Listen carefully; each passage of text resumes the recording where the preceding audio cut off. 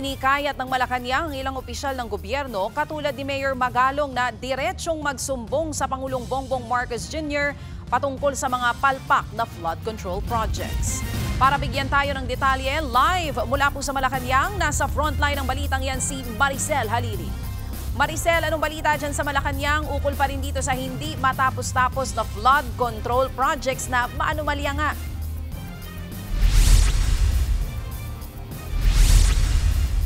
Sarina, hindi pwedeng witch hunting sa pagtukoy ng mga personalidad na sangkot sa sinasabing anomalya sa flood control projects. Ito ang binigyang diin ng Malacanang kasunod ng pahayag ng ilang mga government officials tungkol sa pagkakasangkot umano ng ilang personalidad sa korupsyon sa ilang proyekto. Hinikayat nga ng Malacanang sina Senador Ping Lacson at Baguio City Mayor Benjamin Magalong na dumiretso na sa pagsusumbong kay Pangulong Bongbong Marcos. Ito ay kung meron talaga silang alam na kalokohan sa flood control projects tulad ng mga sinasabi nila sa report.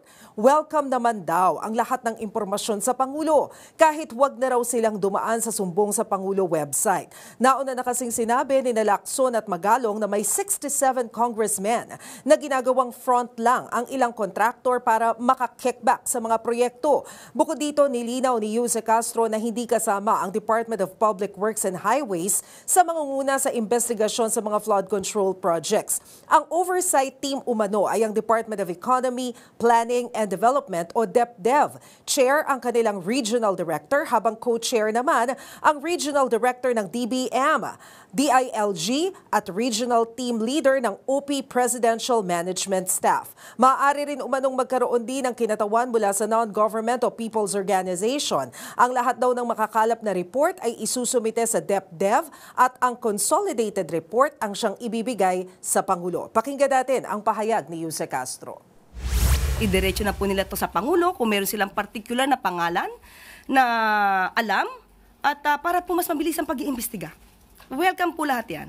At bigyan lang po nila ng kompletong detalye. So ayaw naman po natin magkaroon ng witch hunting na kahit wala pa pong ebidensya, parang nalaman mo lang ayun may anomalya, pero walang ebidensya, mahirap naman po kasi baka yung mga ibang inosente ay madamay.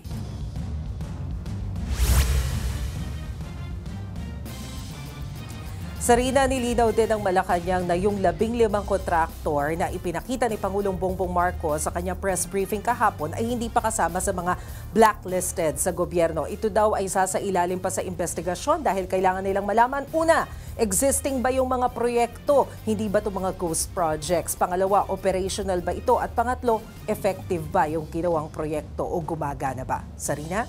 Antabayanan pa po natin ang iba pang mga balita ukol pa rin sa pag-iimbestiga sa mga maanumalyang flood control projects. Yan nga po ang Express Report ni Maricel Halili live mula sa Malacanang. Mga kapatid, Ruth Cabal po para sa mabilis na pasada ng mga balitang dapat niyong malaman, mag-follow at mag-subscribe sa social media pages ng News 5.